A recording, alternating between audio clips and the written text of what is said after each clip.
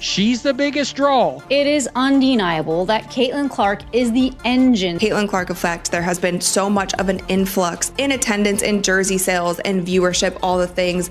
That's about star power, narrative, and likability. Caitlin Clark comes into the WNBA, goes through college. She has panache. She has style. She's my role model. I really look up to her. Why do you like Caitlin? And she's so good at basketball. Breaking, the latest TV ratings just dropped, and once again, Caitlin Clark is rewriting the record books like it's a casual hobby.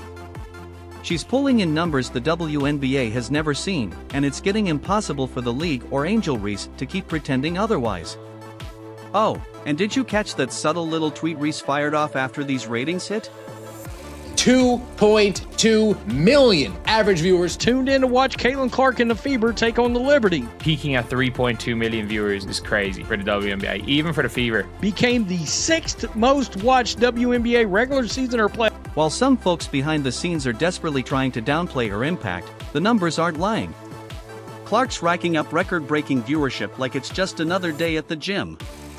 And when she's not on the floor, the WNBA doesn't just take a hit, it straight up collapses. It is the highest peak of any game. It is the second highest viewership. Caitlin Clark has picked up an injury after breaking records with both her games on like proper national TV. That would be absolutely ideal. If Caitlin shows up, there's going to be... We're talking empty arenas, crashing ticket sales, and a league-wide panic mode when she's not playing. More statistical proof, data to confirm exactly what we've been saying, that Caitlin Clark is driving this whole ship. Clark is such an overwhelming draw that ticket prices have fallen more than 300% in less than 2. So tell me, why is the WNBA still letting this woman get pushed around, hacked, and bullied like she's disposable, while she's literally saving their season? If you're riding the Caitlin Clark wave, drop a CC record breaker in the comments and let's shine a spotlight on what the league hopes you'll miss. Let's get into the numbers the WNBA would rather sweep under the rug. Just days ago, Clark's matchup against the New York Liberty drew a monster 2.22 million average viewers on CBS, peaking at an insane 3.2 million. Game between the Fever and the Liberty, peaking at 3.2 million viewers. And again, second most viewed game on CBS. This is a crazy situation. That's not just impressive, that's historic. It's the second highest rated game ever on CBS and the 6th highest for regular or postseason games since 2001. And Clark's just getting started. She's not just making history, she's rewriting it like it's nothing. Caitlin Clark is the needle mover. She is the needle mover. She is the franchise player. And she was the MVP. She is the main draw. She wasn't the one who was full sprinting. And get this, the same Fever versus Liberty game last season? It pulled 1.86 million viewers with a 2.64 million peak.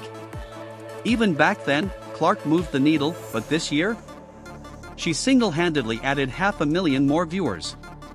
That's the Caitlin Clark effect. Liberty versus the Fever last year on CBS did 1.86 million viewers year over year. Same matchup, same time slot, same network. We saw an increase of around 400,000 viewers on the average and an increase of around 600,000 viewers on the peak. From the WM. And here's where the contrast hits hard. The Liberty vs. Aces season opener, featuring league superstars like Aya Wilson and Brianna Stewart, managed just 1.3 million viewers. Not terrible, but nowhere close to what Clark delivers. A few days later, Caitlin steps on the court and boom, another million viewers. Somewhere, Angel Reese was probably side-eyeing the screen like, but what about my double-double? Caitlin Clark effect has been a net positive for the WNBA and all of its teams. Clark entered the season as a betting favorite to win the 2025 WNBA MVP. Here's the thing, Caitlin doesn't need drama. She doesn't need staged rivalries or cryptic social media shots.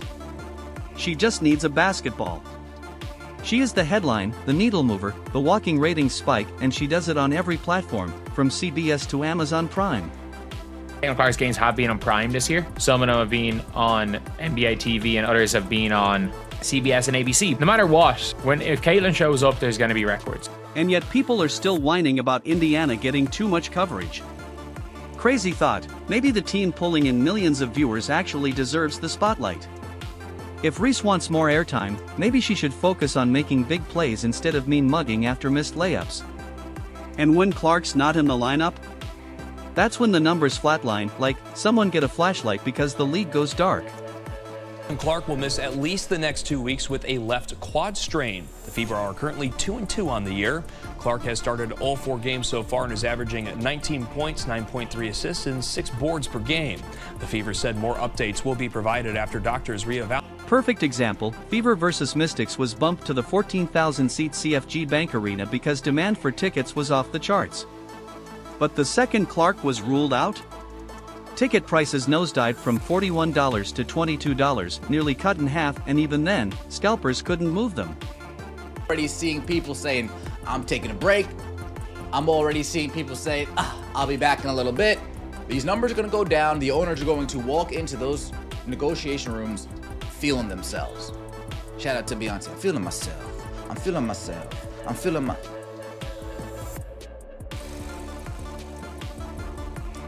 Again, they're lucky this is only a rumored 2 to 4 weeks.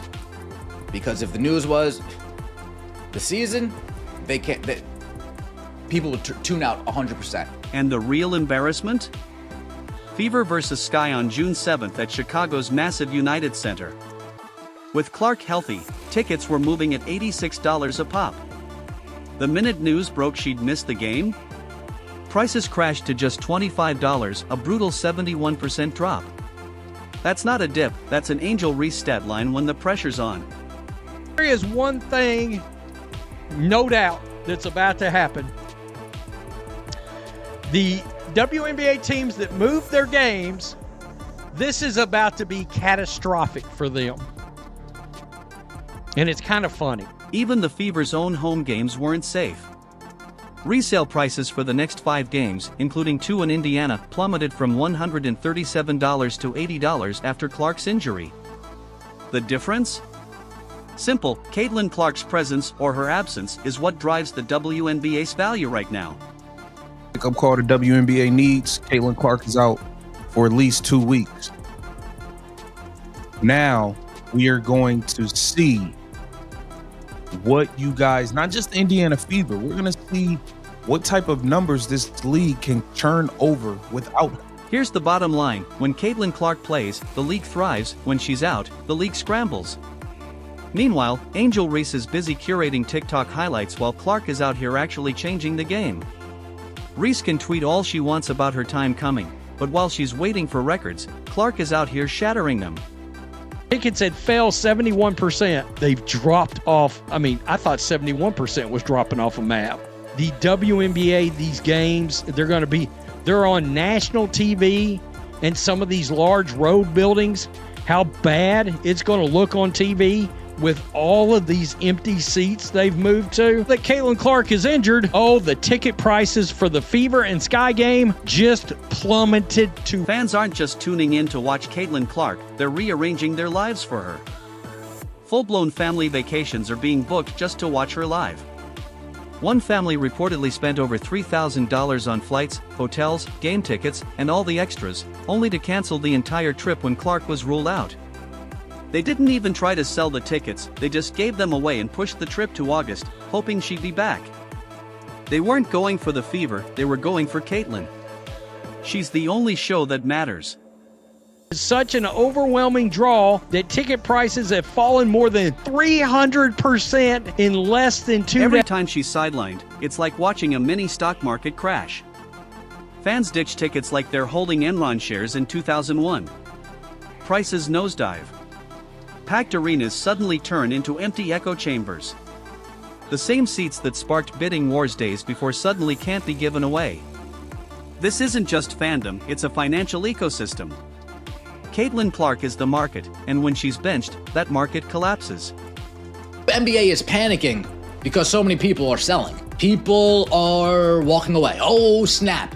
People are disappearing. The impact of Caitlin Clark on the WNBA being very close to $1 billion this year. Caitlin Clark's landing some massive television. So why does the WNBA keep letting their biggest star get hammered like she's a tackling dummy? They're more than happy to plaster her face on jerseys, posters, and primetime TV promos. But the second she gets shoved to the floor or hacked driving to the rim, silence. It's like she disappears, just like Angel Reese's efficiency in the fourth quarter. That's not just negligence, that's cashing checks with one hand and turning your back with the other.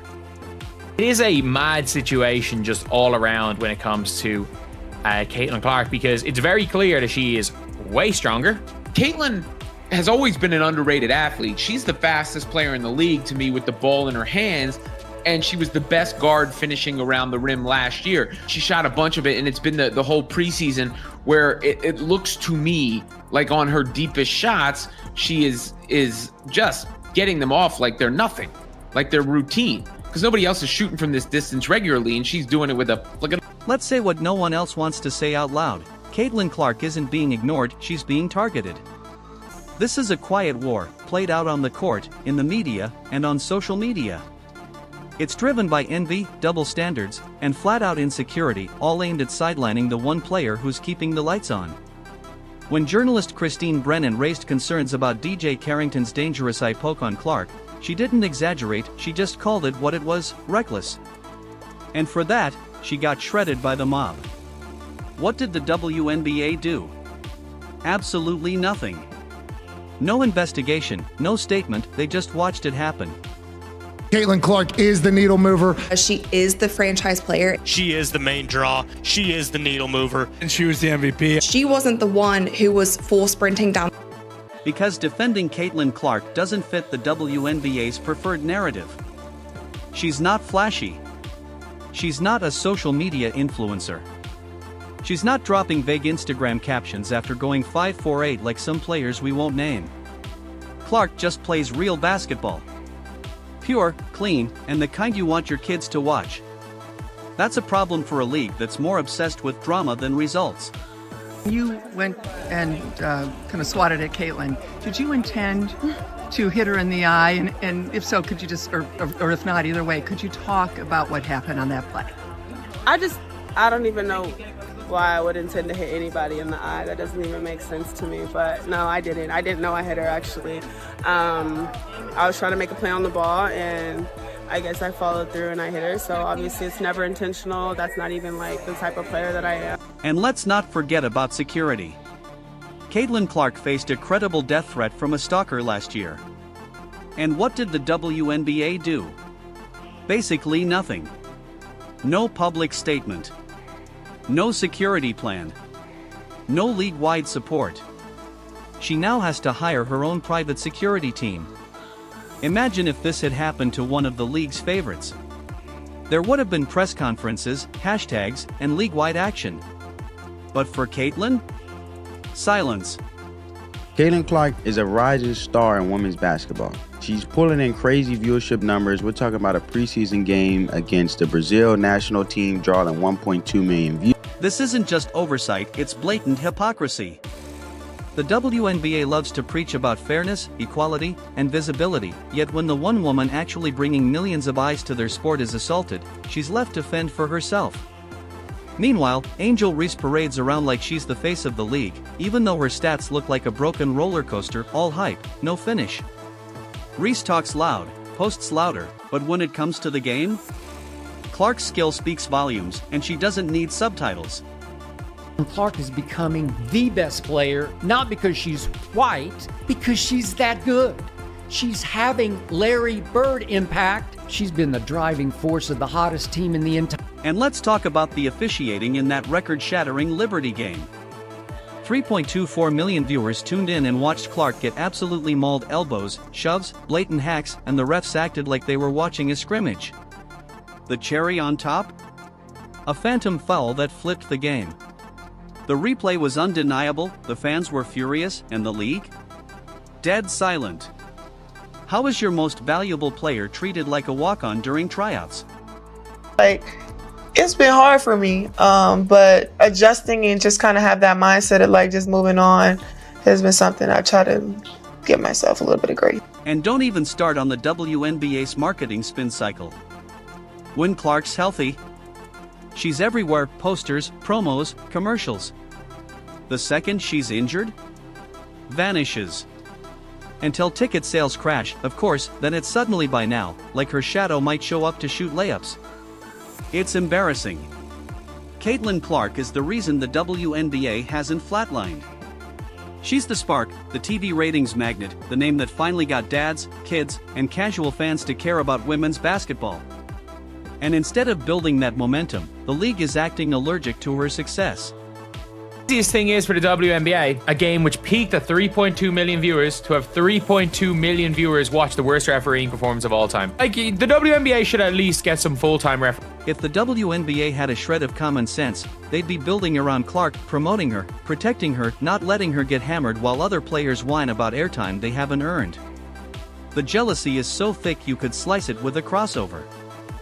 Is still resentful of her, it's still jealous of her, and it's still trying to put her in her place and give her nothing, make her earn something that she already earned last year when she put this league on the national map. For the first time ever, it was really and truly on the national. Indiana Fever's leading scorer at over 19 points a game. She's my role model. I really look up to her. Why do you like Caitlin? Nancy's so good at basketball. Caitlin Clark is undeniably the offensive engine. Because she's that awesome person and she has like a lot of aura, so like. Cannot deny the impact that she's made on this. Clark isn't just putting up points, she's exposing the system. A system that's perfectly fine cashing in on her fame while doing nothing to protect her. When she plays, records fall. When she's gone, so are the fans.